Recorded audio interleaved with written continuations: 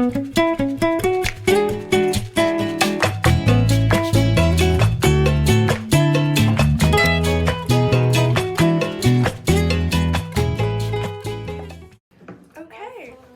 Hi everyone, this is our podcast. I'm Katherine.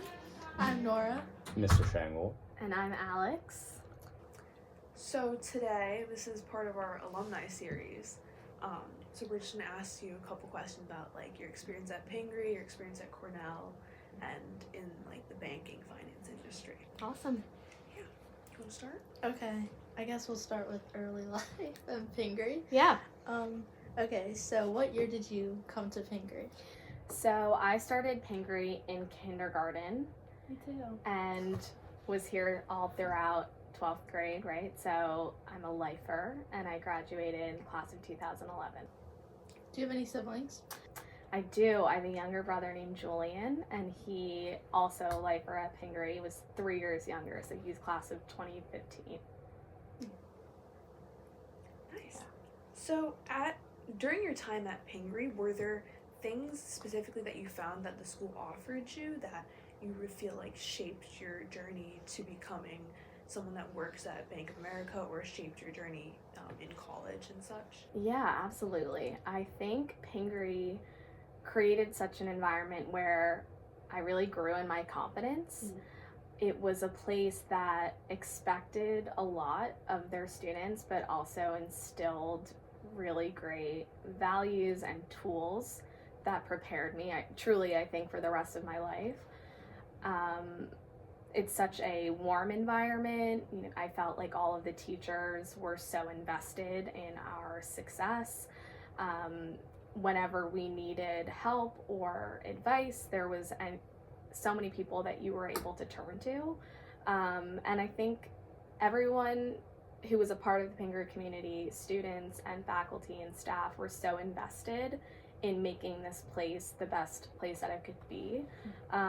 We had so much pride, right? Like Pingry pride was such a big thing. We were all at the sports games cheering each other on. We were participating in school trips and going on Model UN, and there were just so many ways to be involved, no matter the type of person that you were or your interests. And so I felt truly fostered here, and set up for success in so many ways. Were there any specific classes you took or teachers you had that inspired your choices after Pingry, like career or not? Yeah, so I really loved the French program when I was here. Madame Roxbury was one of my teachers that I absolutely loved. Actually, during my senior year ISP, I taught class with her, which was an incredible experience. That just continued my love for French, and I've traveled there a lot and to different French-speaking countries, and have continued to foster my French.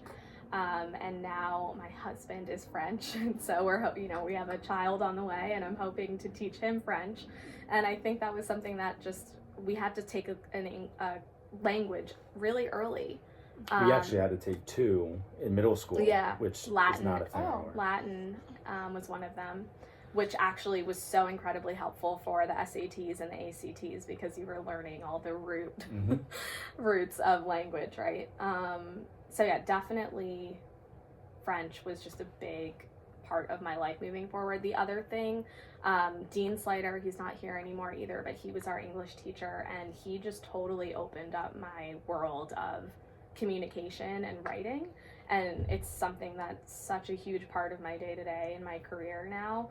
I respected him so much. He ended up writing one of my college recommendations, and yeah, just a really, again, when I was speaking earlier about teachers that were personally invested in you, that was a perfect example of both inside the classroom and out. You know, he would lead meditation classes. That was something that was really helpful and grounding in a high pressure environment like Pingry.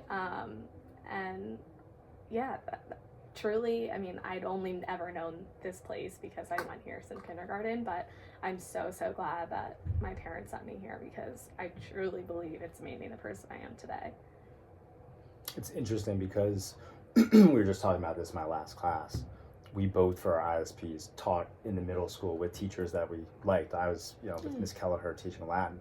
Very different paths, but I love hearing that there's still some value to that connection, even though it might not have been relevant to what she's doing now at Merrill Lynch Bank of America. So I have a question for Alex, if that's all right. Yeah.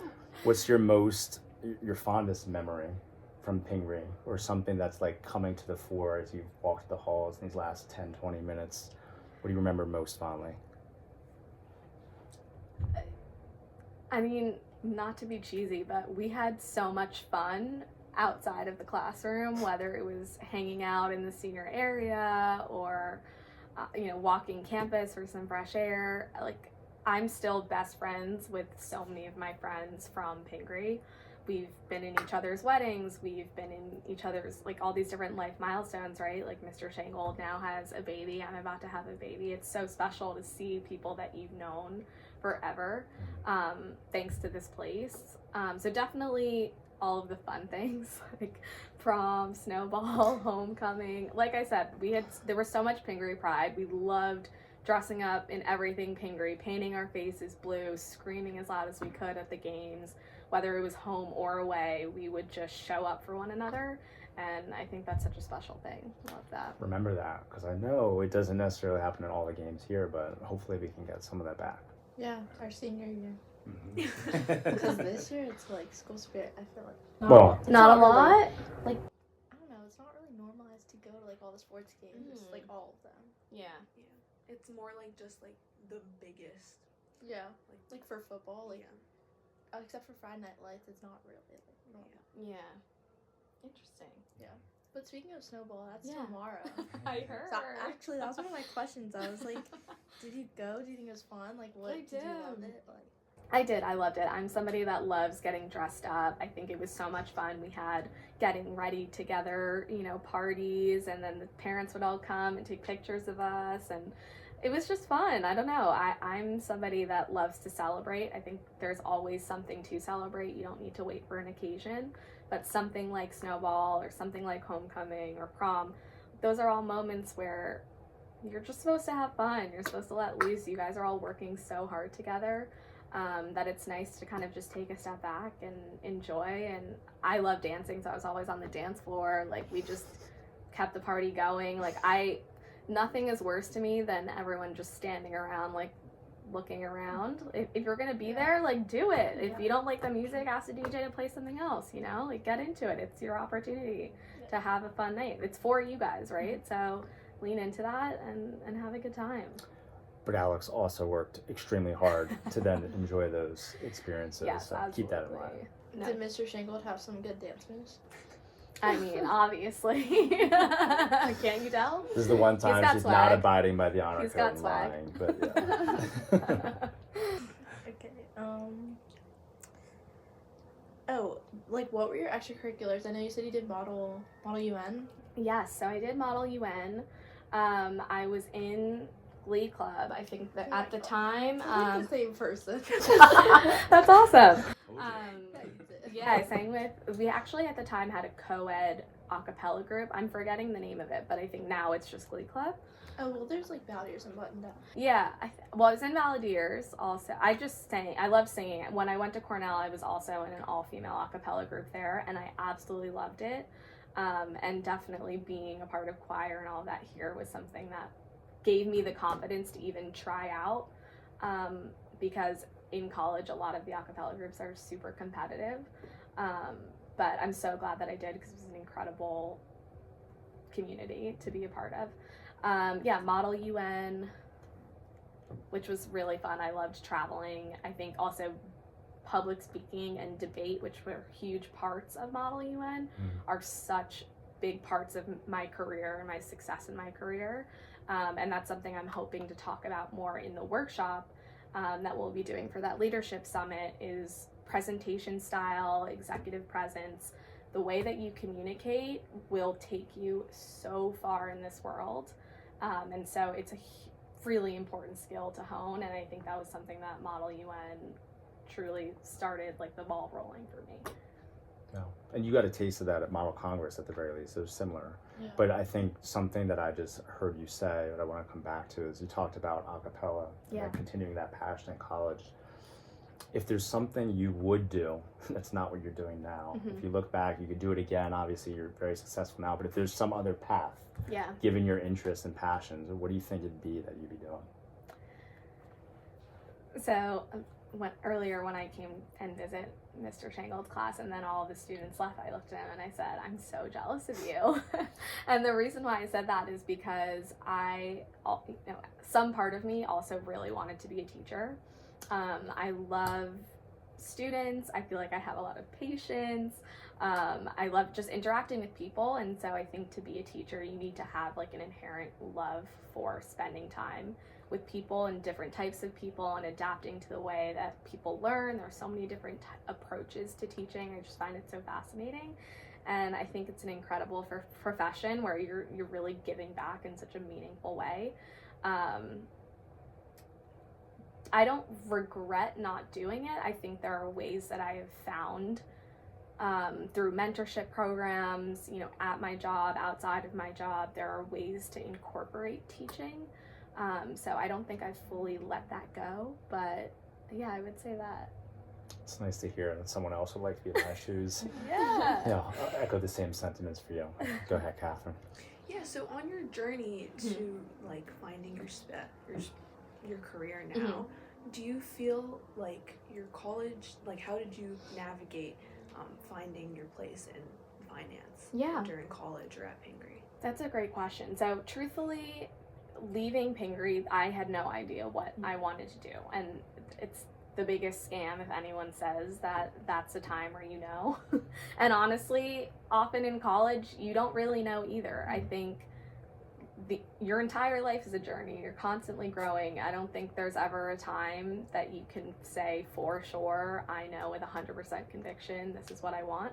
Of course, you can be interested in something, you can have drive, but I don't know, I'm not somebody, I think something that I learned that has really resonated with me and has made me feel a lot better about my career and my trajectory is that there's a lot of people who live to work, and then there are also people that work to live, and I think it's okay to be somebody who works to live. And so even though I'm very successful in my career and I've pushed myself really hard and I've worked really hard, I still think at the end of the day I'm somebody who works to live, which means that I push myself in my career to enable the lifestyle that I want to live outside of my job. I think our parents' generation and generations before that, so much of their identity was rooted in what their profession was. I hate that the first question that people ask when they meet you is, what do you do? There are so many more interesting things about a person than just their job. So I like to ask the question, what's been interesting you lately? Is there a project you're working on that's exciting? How do you enjoy spending your time? I think I can learn so much about that person outside of what their career is. And if it is their career that makes them passionate and excited, they'll still answer that question with what their job is, right? But there's so much more to us than what earns us our paycheck, right?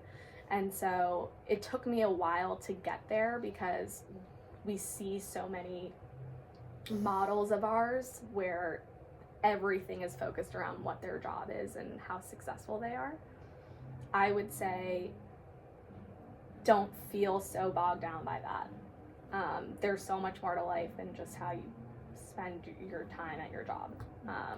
So I've found, I think that's also what's kept me going, is that I have a really good work-life balance. Yes, I work in a very demanding industry, high-pressure industry, but I've come to the realization that I'm doing it so that I can travel and, spend time with friends, go see shows on Broadway, do all of the things that I want to do outside of my day job. I think it's interesting that you said, it's a lot of, your parents' generation, it was a lot of like, what do you do, and like how that was so like integral to, you know, like their idea of like, you know, what represents a person. I'm curious, like, do you think part of that is cultural? Oh, absolutely. I mean, both my parents are first generation immigrants, so I know that that is a different experience. But even in America, I think that generation is just one that very much the career defines who they are. And it's totally fine to have a lot of pride in what you do and how you contribute to the world in that way. For my parents, there were very clear paths of what to them was a successful career and what they wanted me to be doing. I'll be honest and say that, you know, my father was very, I don't want to use like the word strict, but he was really guiding me towards finance. And at first I was hesitant because it wasn't something that I was super excited about. Like I truly thought that I had to wake up every day and be like, cannot wait to go to work, cannot wait to do this and contribute, and this is like who I am. But I was able to find a niche where, yes, I work in the finance industry, but my role is very true to who I am as a person. I basically oversee what the experience is investing at Merrill Lynch. So I'm not working in Excel every day, I'm not crunching numbers, I'm not recommending stocks. I'm actually sitting in my seat as a human being trying to understand what does it feel like to invest on our app, on our website, when I interact with financial advisors. What is that conversation like? What are the resources and educational material that they're sharing with us? And I'm essentially making that experience better so that clients enjoy working with us, enjoy investing with us, feel like they trust us with their investments and their money, which is one of the most important things, right, for them and one of their biggest concerns. And I get to be creative in that. And so that was a way of kind of melding what are my strengths, what are my interests, with somewhat of a path that I felt like, I don't want to say forced because that feels too strong of a word, but that I was really like guided into, because that was the definition of success to my father. Yeah. Did you enter Bank of America, or was your the initial start to your career in like the crunching numbers or like the behind the scenes side? Yes. So going to Cornell, it definitely is a very competitive environment. And so my dad recommended, okay, after your freshman year, you need to get an internship and you need to start right away. And so I tapped into the Cornell alumni network, and I was able to intern with a financial advisor at Merrill Lynch. And I had a really great summer. At that point, I was not crunching numbers. I was actually helping them kind of prospect. So finding, you know, clients that fit their book of business, let's say, that they were interested in pursuing, and then literally like filling envelopes with flyers about them and sending them in the mail. That sounds so rudimentary, but like that is a way of prospecting clients. And I thought it was super interesting. Again, you're tapping into the human psyche, like how you appeal to somebody around the topic of money and investing, which is so important to everyone. And I really liked that human nature and human element of it. And so they referred me to another group the next summer. Again, these were all kind of informal. I think I got college credits for them. There was a way to kind of position it that way. And then my junior year, which is when your like formal internship is, right? And that's like, okay, am I gonna get an offer or not? I was in the group that I work in now today, and that's alternative investments. And so that was the first time that I was given the opportunity to actually lean into what I was just talking about, which was the experience. I studied product design in school, and so the entire foundation of product design is understanding your end user and what their needs are and designing a product for them. So that lent itself really well to what I was able to do in my internship, because nobody was focusing on that. We were only focusing on what investment vehicles are there. Do we like this private equity fund? Do we like this hedge fund? No one was talking about the fact that clients were getting like 10 pounds of paper in the mail soliciting this investment. I was like, why aren't we asking them if they want to receive it electronically, building out an electronic delivery solution. That was my intern presentation at the end of the summer, and I got brought back to essentially join this new team that was focused specifically on that, because I realized that's a huge gap that we're not talking about. Mm-hmm. I mean, fast forward now 10 years, like experience is at the forefront of everything now, right? Experience design is such a huge topic, but at the time it really wasn't. And so it was a way where I was able to kind of bring my background into an otherwise very traditional environment and kind of carve a name for myself. And so, yes, I felt different in the way that I didn't study finance, or I wasn't, talking about the stock market every day. But that's what made me stand out instead, and what made me kind of carve a path for myself, because no one else was thinking that way, and I got to just be myself. It's so interesting because we both had in our like sophomore summers a Merrill Lynch internship. Yeah. And for me, after that, we were doing similar things, a lot of like filing papers, right? But I was also then going to Rutgers at night after like a long day to do classes for child psychology. And at the end of that summer, I was like, I don't want to work in a corner office. I don't want to be in a business like this. I want to work with children. But we both kind of pursued our passions, and now here kind of having this conversation. I'm curious, Alex, what your best piece of advice would be for current students at Pingry who are like getting ready to get to the next level, whether that's junior year, senior year, or getting ready to go to college, and think they know what they want to do, or have it all together. Yeah. I think the best piece of advice, and this is nothing new, is to just be yourself and stay true to who you believe you are. That will carry through 10 times stronger than any type of persona that you're trying to put on. It's so important to just be authentic, because if you can't be authentic, you'll be too focused on putting on the persona versus doing what you actually need to do. So if you just show up as who you are, be clear about what you have to offer that is authentic to you and what you feel good about, you will succeed, like point blank. The other piece of advice I have, and again, this is something that I really want to lean into for the Leadership Summit, is strengthening your communication skills and the way that you communicate with people and present information, and doing that with confidence. Again, no matter what field you're in, that will take you so far. You, at the end of the day, like being in, I don't want to say just the workforce, like being in the world as an adult, communication is everything. So again, I think that they go hand in hand. Being authentic, being able to express yourself and communicate effectively will truly take you so far. Awesome. Any other kind of final thoughts and last minute questions for Alex? Yeah, sure. What is your biggest inspiration? Or who? Or what? Lizzo. No, I like that.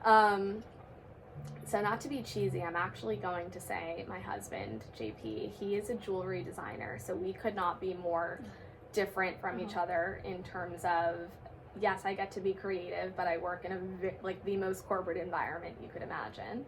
And then he has carved this path as a dyslexic engineer who was essentially told, like, his parents were told, take him out of school, like this kid can't read, like he's not going to learn anything.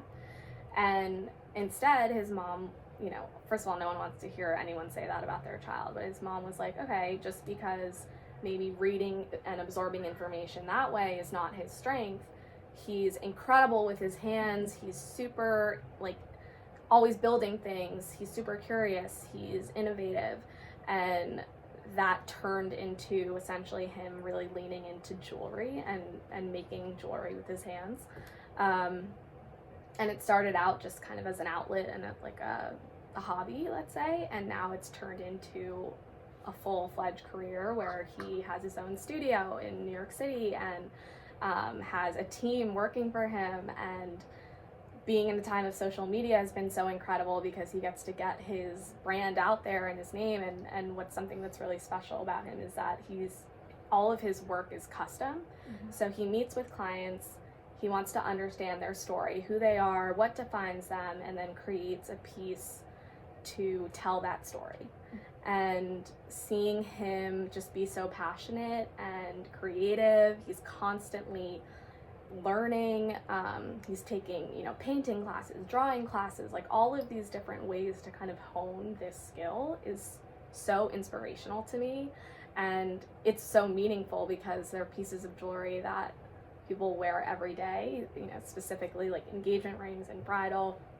I like all of my rings, everything that I'm wearing are all him, and they're all unique to me and our story and all of these little details. And so it's something that I find really inspiring. He's a definition of somebody who lives to work. He literally, it's his passion. He actually wakes up every morning and is like, I cannot wait to go to work. Like, he doesn't even want to sleep because he wants to work. And I going back to my earlier comments about that, like, one or the other isn't right or better. Just finding what that is to you, I think, is so important, so that you're not feeling guilty or feeling bad that you're not one way or the other. It's totally fine to be either. So I'm just really inspired by him because he could not be more different than me. But we work well together and encourage each other, even though our careers and the way that we spend our time can be so different. We're constantly learning from one another, and yeah, constant source of inspiration. What's the name of his brand? You should promote it. Yeah, it's Shameless plug. JPX Jewelry on Instagram, on TikTok.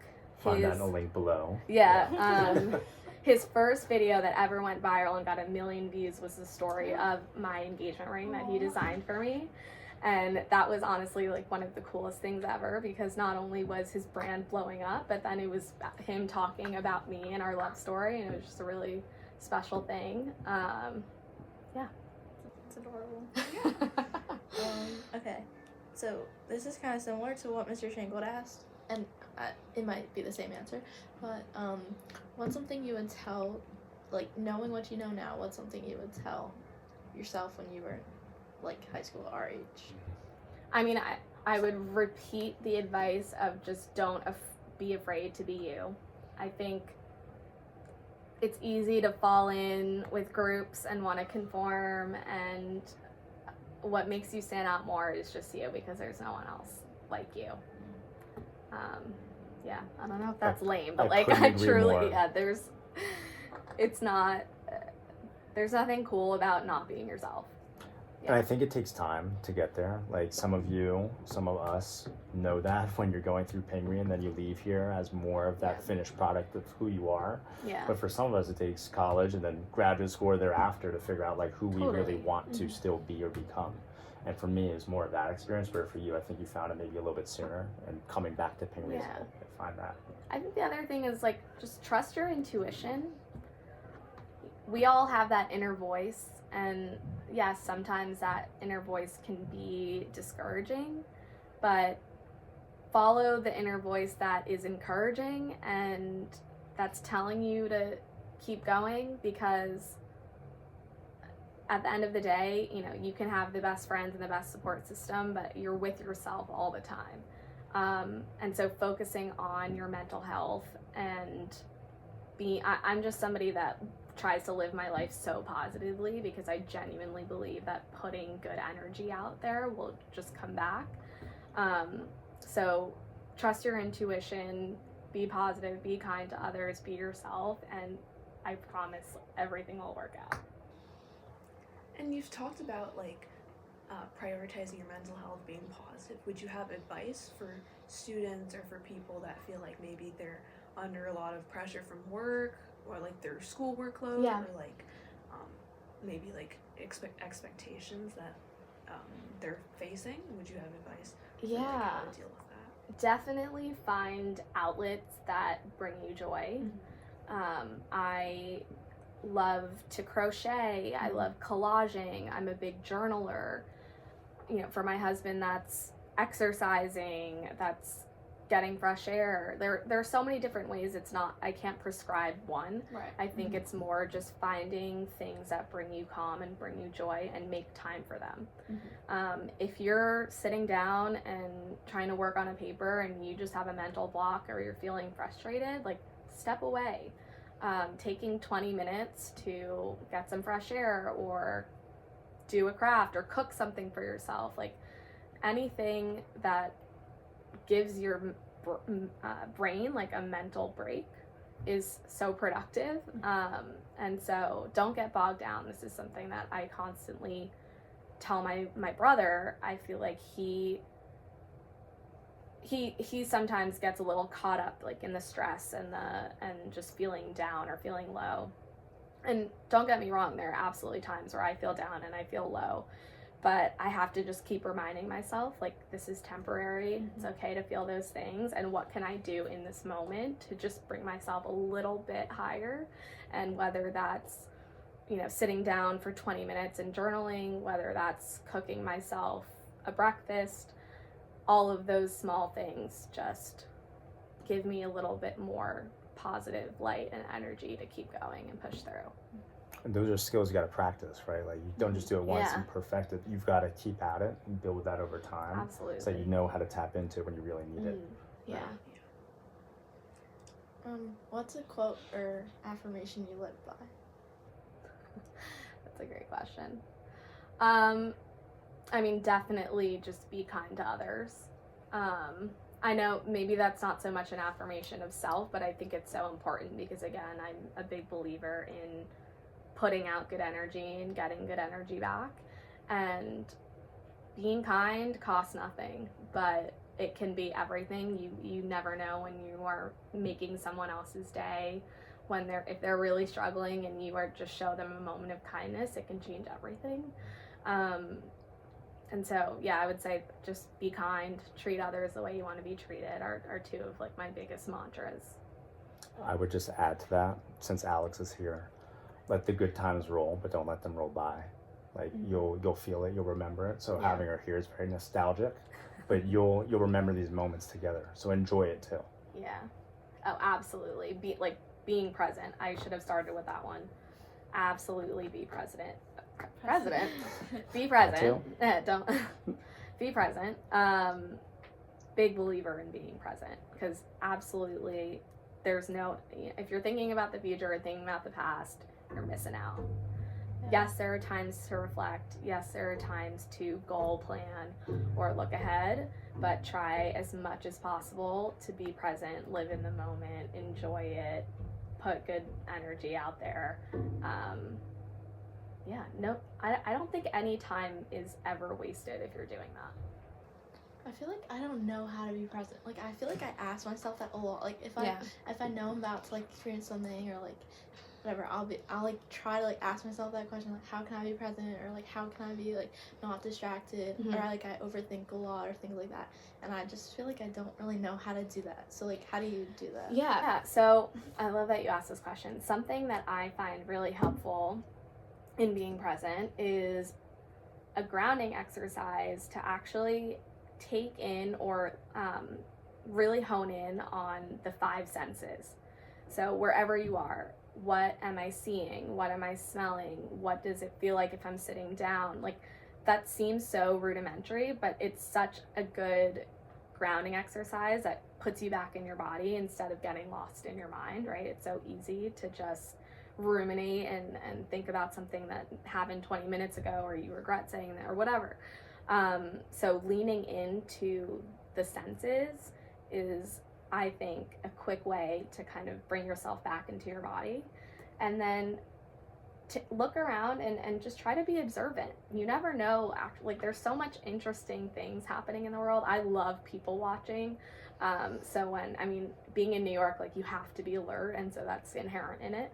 But I'm constantly like looking around. I love like making up stories for people in my mind. Like, my husband and I play this game where we're like, name that stranger, like, and we say what they're doing, right? And that's a way of being present, right? You're actually taking in the moment and being observant, even if it's like a 20-minute subway ride to work. Yes, you can read, yes, you can podcast, but I think it's really, going back to mental health, like, being present is so important. So yeah, I would try that 5 senses kind of grounding exercise. And on that note, do you know where that started? back here at Pingry with Dean Slater in meditation. That's really what she's Mm. describing. So if you haven't tried meditation, this is another plug for that, Yeah. right? Yeah, absolutely. Have you read any good books lately? Yes, I love reading. Well, right now I'm reading a lot of children's, like raising children's books. Ditto. Yeah, how to raise a resilient son and things like that. I do love reading though. I'm trying to think of what I've read recently. Or maybe a book you remember from the past that still resonates with you today. From Pingry. Doesn't have to be, because they've changed too. Some are still the same. I loved, this is a really sad, like deep and long and kind of difficult book, but A Little Life is an incredible book. Maybe more like mature themes, but I love fiction. I'm definitely someone that gets lost in fiction. A book that I read recently, actually, that I think changed the way that I view the society we live in right now is Dopamine Nation. Basically, in the environment that we live in with social media, the way that we're all essentially addicted to dopamine and different forms of that was really helpful. Once I read that book, I think I handed it to like 4 or 5 different close people in my life and was like, you need to read this. Trying to think of a good fiction. I might have to come back to that question. Are there things that you love to do in New York? Like places you like to go, restaurants? that you Yes. recommend? Okay, so my 2 favorite things in the city are going to museums and then going to see Broadway shows. Absolutely love Broadway. I just saw Death Becomes Her last night, which was so funny. I just saw Maybe Happy Ending, which has Darren Criss from Glee in it. He was amazing. Oh, that's like the robot? Yes, Okay. that was such an incredible show. I just get so immersed in the sets, the music, everything, the costume. It just like transports you to a different world. The museums in New York are incredible. I live less than 10 minutes away from the Met, and I love going there. No matter what time of day, if I have an hour on the weekend, I'll just stroll. You could spend days and days and days in there. But there's something for everyone in New York, whatever you're interested in. Pre-pandemic, I was part of a dinner club called the Tasting Collective, which was really fun. We would go to different restaurants and they would do a tasting menu. You meet the chef and you get to ask questions, and I love cooking, so that was So really envious fun. of you right now. Sounds amazing.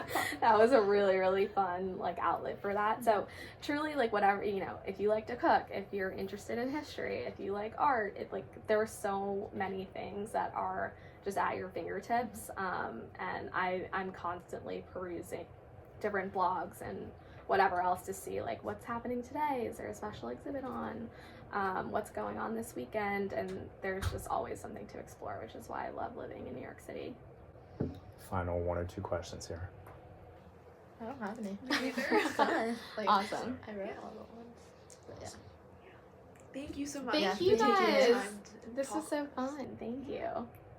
You're both very well spoken, so it was awesome to sit in this It's a room good with start, you. I guess, right? Yeah. Awesome. Well, thanks for being here, Alex. We really appreciate it, you. and we're looking forward to having you on March 1st. Me too.